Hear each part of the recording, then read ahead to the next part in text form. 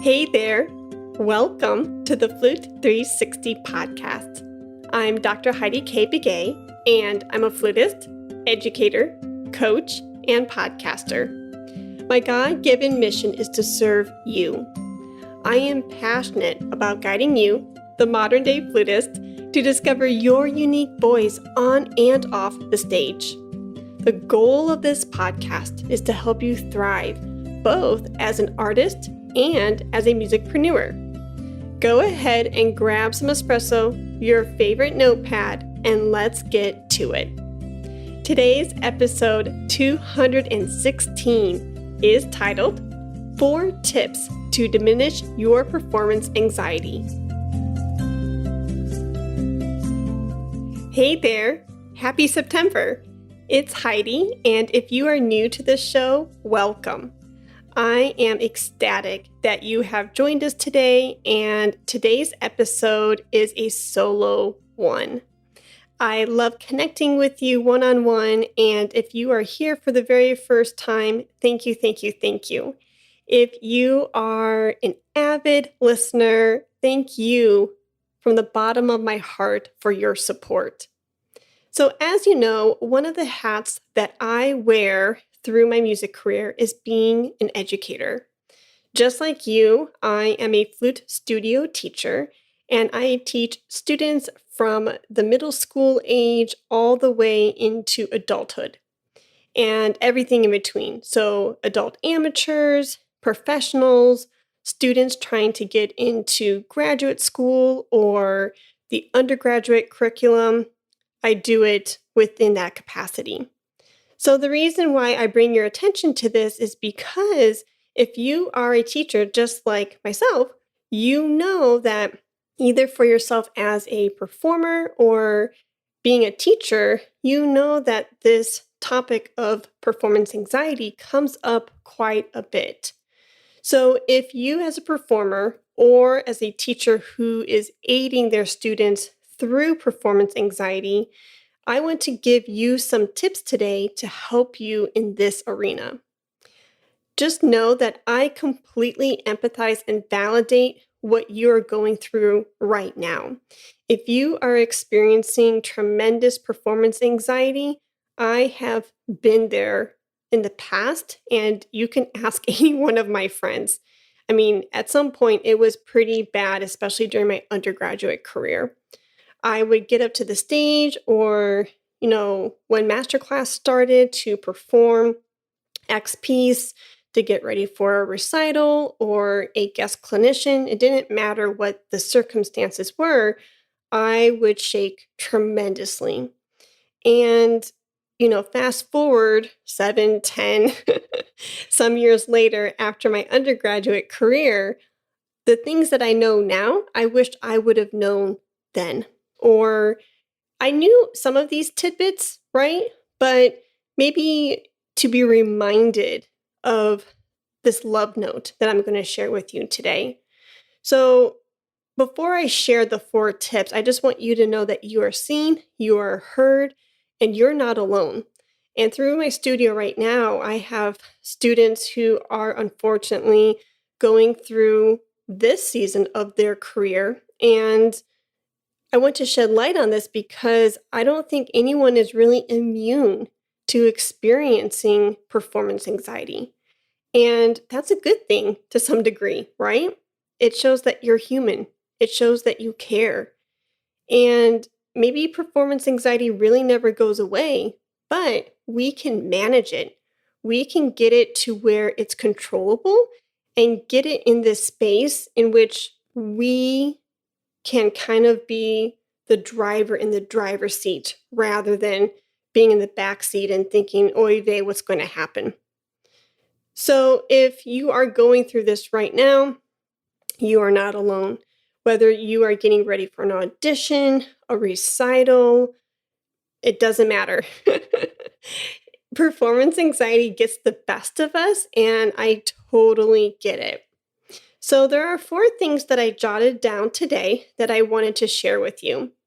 The first thing that really helps me through my performance anxiety is before I get on stage, before I give a lecture, before I perform in a recital, it doesn't matter. I always meditate and reflect on the fact that I am God's creation. I am His loved child. And I want to lovingly give you this nugget today. You are being called by God to complete His task, the one that has your name on it.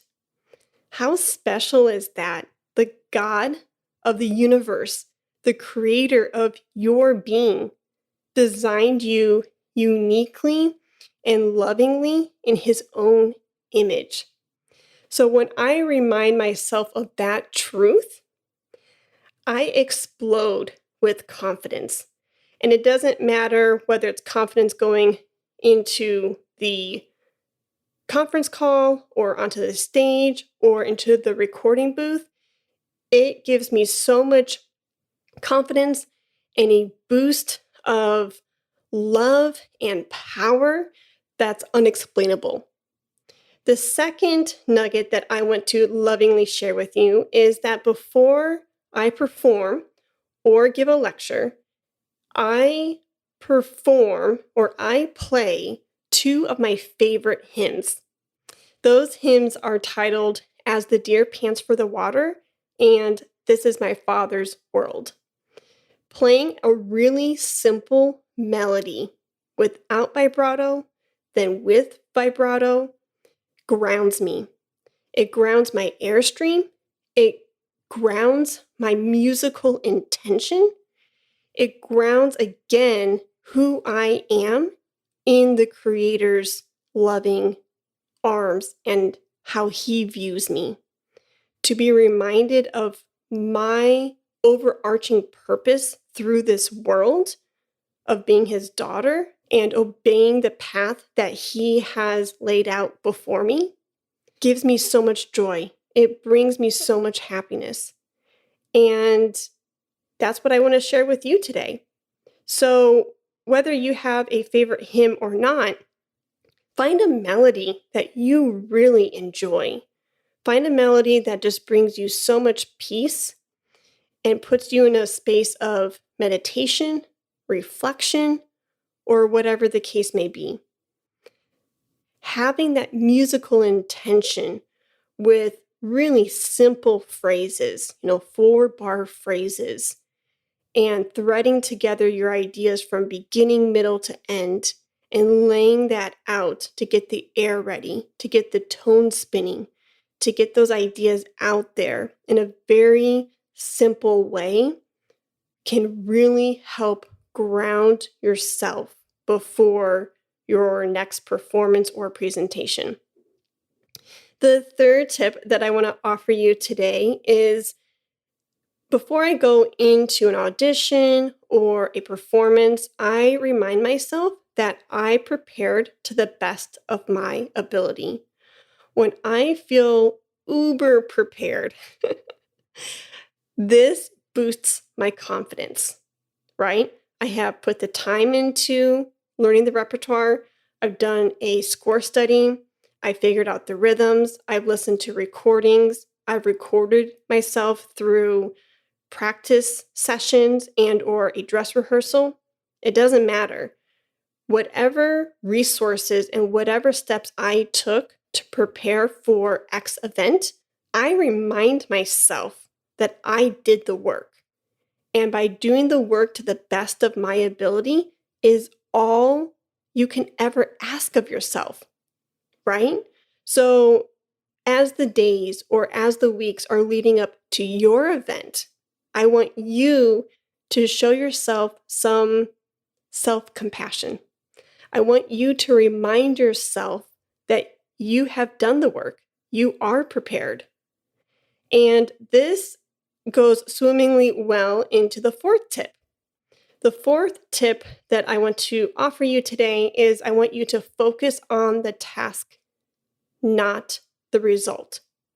So if you have done the best of your ability to prepare for this special occasion, focus on delivering the music or the task. be in the present. Be aware of the space around you. Be aware that you can take up space. Be aware that you are there to share your musical love and joy with others. So if you can focus on the task at hand and not the result, that's going to bring you in the present moment to the umpteenth degree. And as a bonus, I want to offer you this last tip, and that is to podcast. I know. You've heard me say this before in the past with other Flute 360 podcast series, but it is so true. I would be remiss not to mention the power of podcasting. Now, if podcasting is not your cup of tea, don't worry, I'm not going to be offended. The point is to get you, the modern day musician, in front of a microphone and to hit publish. I lovingly promise you that if you do this, if you commit to getting yourself in front of a microphone and hitting publish at least once a week, within the next 4 to 6 weeks, I kid you not, your performance anxiety is going to diminish significantly. So if podcasting isn't your thing, that's okay.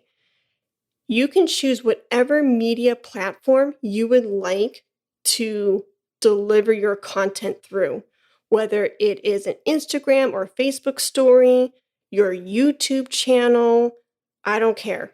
Pick something that feels good to you and feels in alignment with you and the task at hand.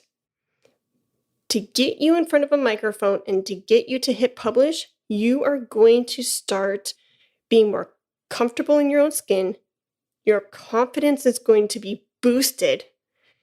You are going to start recognizing that you have a unique voice to offer this world. You're going to start realizing that your opinion matters. And then when you hit publish, you are sharing it with the world. You're not holding back. You are releasing your opinions, your thoughts, and your values out to your colleagues, peers, and friends. The more you get through this process, the more you do this, when you come to your flute or your musical instrument, the floodgates just pour out in the sense of, again, confidence, being powerful and intentional with your musical ideas, and so much more. So I hope today's content has served you well. I would love to know which one of these 4 pointers has served you well. And if you need additional help in combating your performance anxiety, I am here for you. If you would like to sign up for a flute lesson, I would love to hear you on your repertoire as you're preparing for an upcoming performance or audition. This is a great opportunity for you and I to connect and for me to hear you play. Consider signing up to a 30, 45, or 60-minute lesson, and the links are below in the show notes.